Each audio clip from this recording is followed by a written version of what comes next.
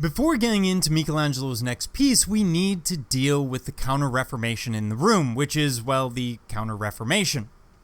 The Counter-Reformation is a reaction to the Reformation of Martin Luther. And the Reformation, of course, is this idea of faith over work.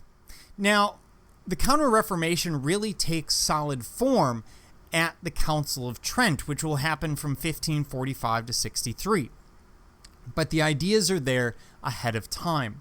What you're going to see is the church looks at the quote-unquote liberal ideas presented by Martin Luther, such as not selling indulgences and an end to simony or purchasing your office within the church, and they will react by going more conservative. Now, you can argue whether or not this is effective, but it has a huge impact on art, especially on the man who just possibly, theoretically, may have painted a human brain on the Sistine Chapel ceiling.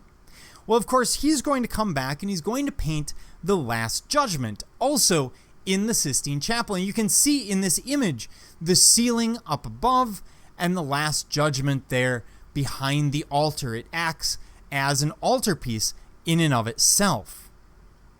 Now, in light of a conservative thrust in the Catholic Church at the time, Jesus changes form. He becomes this massive figure with a right hand in a gesture of broad damnation, as if no one can escape the judgment of this man. And this isn't even our classic Jesus. He lacks the facial hair. He's changed. This is a judgmental God. This is Zeus throwing thunderbolts. This isn't our classic image of Jesus. And we look at Mary next to him. You'll notice that Mary is not there pleading for the sinners, but trying to get away from them, worried that they might touch her, worried about what could happen.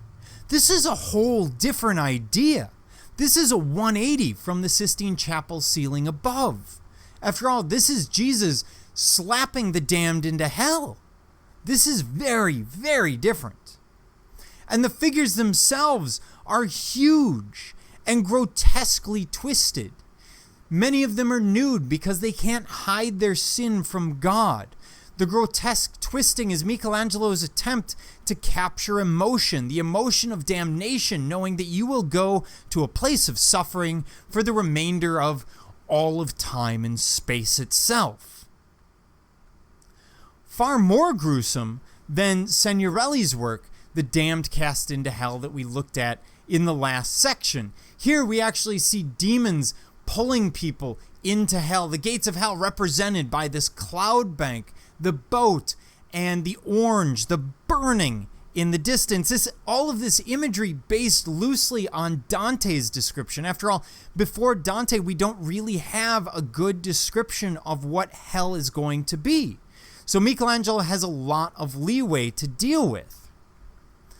We also classically see this skinned figure, which is often thought to be Michelangelo himself. A man who saw himself as following all of the rules, but he believed himself to be damned to hell anyway. And this is partially due to his understanding of the church and its teachings, partially due to his own personal life, which many believe he was a homosexual, and that would have cast him into hell immediately without any other thought. And again, we have the problem of restoration.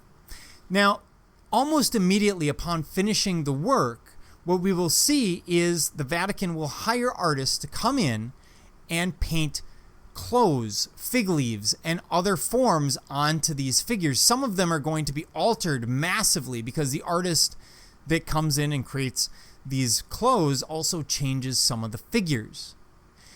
Now, in the 90s, when they do the Sistine Chapel restoration, much of that is removed, and we get that sense of who these figures are. For example, with the broken wheel, this is St. Catherine.